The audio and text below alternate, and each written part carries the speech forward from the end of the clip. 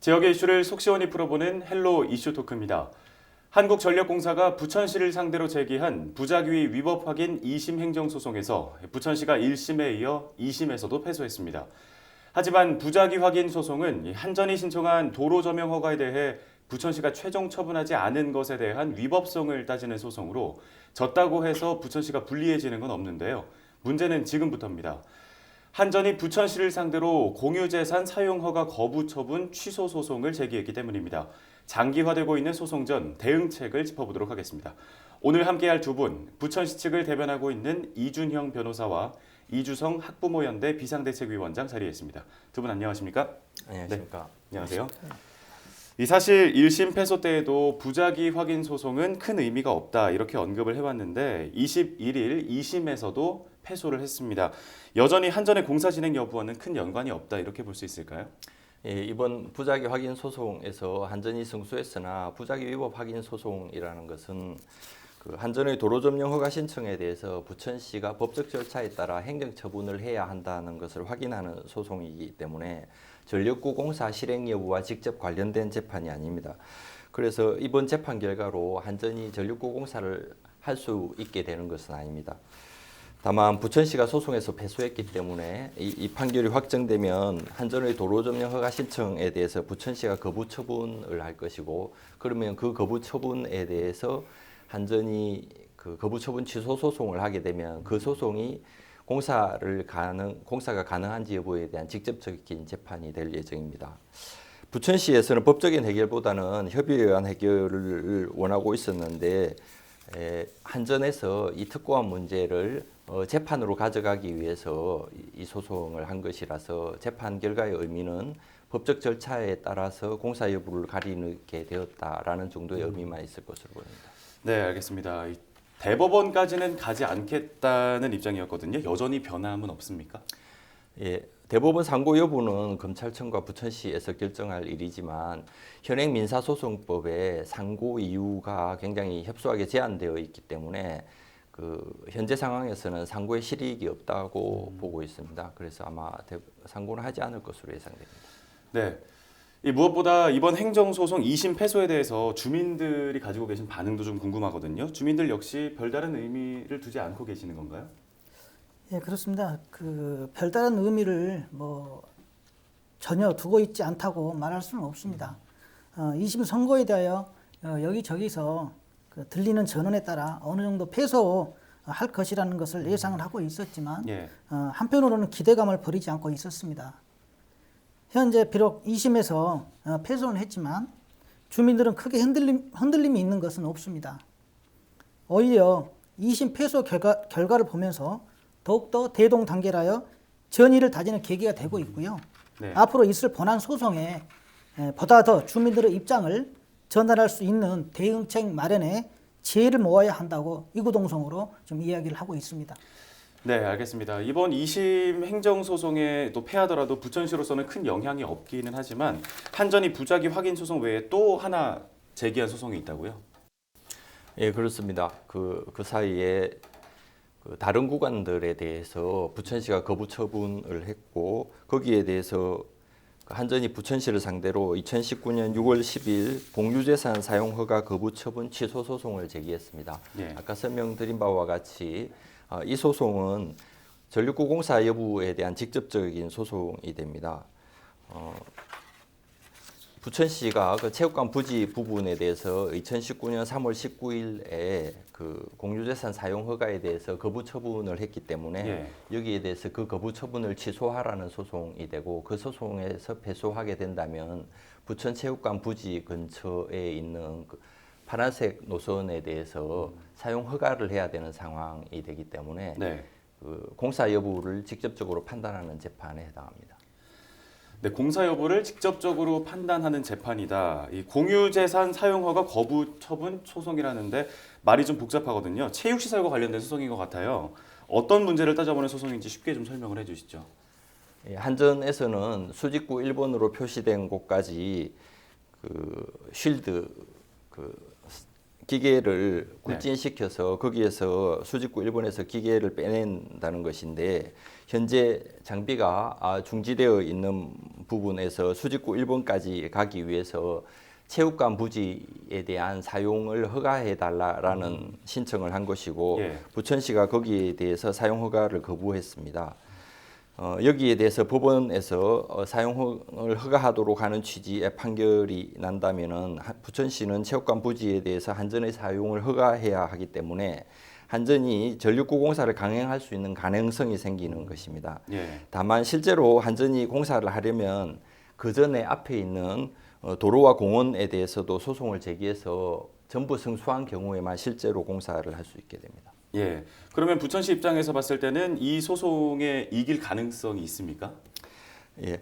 부천 체육관 부지는 부천시 행정재산이기 때문에 공유재산 및 물품관리법이 적용됩니다. 그런데 부천시에서 공유재산법을 검토해 본 결과 행정재산에 대한 사용 허가는 법적으로 그 요건이 아주 엄격해서 한전이 소송에서 이기기 어려운 상황입니다. 따라서 이 소송에서는 부천시가 승소할 가능성이 큰 것으로 예상하고 있습니다. 네. 예, 하지만 전력구 공사는 정부가 추진하는 공익적 목적의 그런 공사라고 할 수가 있거든요. 지자체가 이를 거부할 수 있는 건지도 좀 궁금합니다. 예, 그 한전에 대한 규제 권한은 부천시에 있는 것이 아니고 산업통상자원부에 있기 때문에 부천시가 전력구 공사 여부에 대해서 직접적으로 규제할 권한은 없습니다. 그리고 전력구 공사가 공익적 목적의 소송이기 때문에 부천시가 공사를 못하도록 하는 것이 바람직한 것도 아닙니다. 그러나 송전선로가 부천시 소유의 행정재산을 통과하는 경우에는 부천시가 행정재산의 사용 허가 여부에 대해서 권한을 갖고 있는 것이고 그 경우 송전선 설치 장소가 시민들의 건강을 해치고 환경에 나쁜 영향을 미치는 장소에 있다면 부천시는 장소에 대한 규제를 할 수 있는 것이고 그리고 그 공익적 목적의 공사이기 때문에 다른 합리적인 대안을 제시해서 협의를 요청할 수도 있는 것입니다. 그리고 다만 한 가지 지적할 것은 현재 이 공사는 광명시에 있는 변전소에서 인천시에 있는 그 가정동에 있는 변전소로 연결하기 위한 공사인 것이고 이 송전선로가 부천시의 전력 수요에 직접적으로 관련되는 것이 아닙니다. 그래서 지나가는 자리가 부천시를 지나갈 뿐입니다. 장소에 대해서는 규제가 가능하고 또 대안을 제시할 수 있다라고 말씀을 주셨잖아요. 그러면 그 대안이라는 게 어떤 게 있을까요? 예, 현재 수직구 1번이 부천체육관 부지 내에 있습니다. 그런데 부천체육관 부지에 수직구를 만든다는 의미는 더 이상 그 깊게 땅을 파는 것을 여기까지만 하고 그 이후는 기설 전력구로 옮기겠다는 뜻입니다. 여기에 대해서 여기는 굉장히 인구 밀도가 높은 지역이기 때문에 수직구 1번을 그 아인스월드 쪽으로 옮겨서 거기까지 계속 깊게 굴진을 하면은 아파트 밀집 지역에서는 그 송전선로를 깊게 매설할 수 있기 때문에 그 대안을 부천시가 한전에게 그 제안해 놓은 상태입니다. 네, 그러면 수직구를 옮긴다라는 게 어떤 의미를 가질 수 있는 건가요? 그 주민들이 많은 곳을 피해서 갈 수 있다 이런 건가요? 예, 그 부천시 내에 있어서의 345kV의 송전선로는 지하 30m 이하로 깊게 매설이 되어 있습니다. 그런데 그 깊게 매설되어 있는 것을 부천체육관까지만 할 것인지 아니면은 부천시를 벗어나는 그 아인스월드 있는 부분까지 할 것인지의 문제이고 한전에서는 땅을 깊게 파면은 그 비용이 많이 들기 때문에 부천체육관 부지까지만 땅을 깊게 팔고 거기에서 장비를 꺼내겠다는 겁니다. 그런데 부천시가 제시하는 대안은 거기서 장비를 꺼내지 말고 아인스월드에 있는 수직구까지 계속해서 굴진을 해서 땅을 깊게 파야 한다라는 취지입니다. 네. 그러면 이 방금 말씀해 주신 대안에 대해서 주민분들께서도 동의를 하시는 건가요?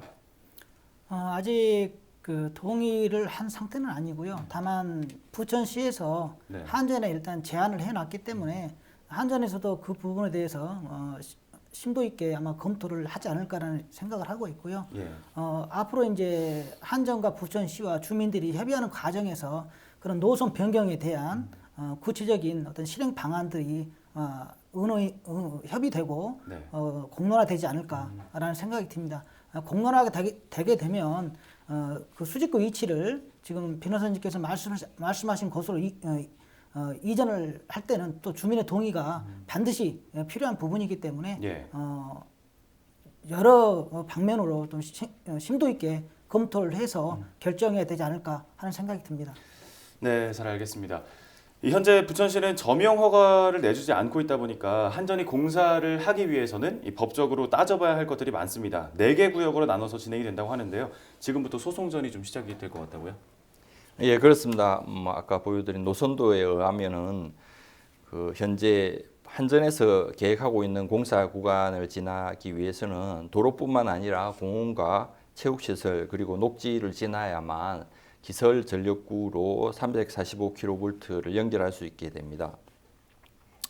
그래서 그 한전에서는 그 체육관 부지에 대한 사용 허가 신청뿐만 아니라 공원과 녹지에 대한 점용 허가도 신청을 했었는데 거기에 대해서 부천시는 전부 허가 거부 처분을 해놓은 상태입니다. 네. 그 한전이 소송의 방법으로 전력구 공사를 하려면 부천시가 한 거부 처분에 대해서 전부 소송을 해서 전부 승소를 해야만 전력구 공사를 할 수 있습니다. 네. 따라서 그 공사 여부에 대한 직접적인 소송이 이제 시작된 것이라고 볼 수 있습니다. 네, 그게 이제 4개 구역이기 때문에 4번에 걸쳐서 진행이 되는 건가요? 예, 한전에서 4개의 소송을 따로따로 할 수도 있고 그 2개나 3개를 한꺼번에 할 수도 있는데 예. 현재는 체육관 부지에 대해서 별도로 하나의 소송을 한 상태이고 앞으로 소송이 1~2개 정도 더 있을 것으로 보입니다. 네, 알겠습니다. 이 특구합과 관련돼서 그러면 부천 측의 입장은 그 전과 변함이 없는 건가요? 예, 부천시는 한전에게 다른 대안을 제시하면서 검토를 요청한 상태이고 부천시는 재판의 방법이 아닌 협의의 방법으로 해결하기를 원하였으나 한전에서 부작위 위법 확인 소송을 제기하는 방법으로 법적 절차에 의해서 해결을 하려고 하면서 부천시의 협의 요청을 무시하고 있습니다. 예. 한전이 부천시의 요구를 무시하는 것은 아까 말씀드렸듯이 한전에 대한 규제 권한이 부천시에 있는 것이 아니고 산업통상자원부에 있기 때문에 사실 부천시의 눈치를 볼 필요가 없기 때문입니다. 예. 그래서 산업통상자원부가 이 문제에 대해서 관심을 갖도록 정치권에서 좀 더 노력을 할 필요가 있고 부천시에서는 주민들의 건강과 생활환경 개선을 위해서 부천시가 행정적으로 할 수 있는 최선의 일을 다 한다는 입장입니다. 네. 그런데 이 한전이 이렇게 소송을 벌이면서 그 끊임없이 언론 광고를 하고 또 주민들을 상대로 회유책을 내놨다 이렇게 알려지고 있는데 이동형 전자파 체험 캠프 설치를 제안했다고 들었거든요. 이 제안이 어떤 제안인가요? 네, 참 이 제안을 어떻게 받아들여야 할지 한마디로 표현하면 불난집에 부채질하는 뻔뻔함의 극치가 아닌가 하는 생각이 듭니다. 네. 한전에서 몇몇 아파트에 제안한 이동형 전자파 체험 캠프는 15평 크기의 컨테이너 2대를 아파트 내에 설치를 하고 그 구조물 안에 전자계를 체험하고 보고 느낄 수 있는 시설을 갖춰서 주민들로 하여금 전자계 체험을 통해 전자파에 대한 이해도를 높이겠다는 의도가 있는 구조물입니다. 예. 한마디로 말하면 전자파가 크게 위험성이 없다는 것을 알리려고 하는 꼼수인 것이죠. 예.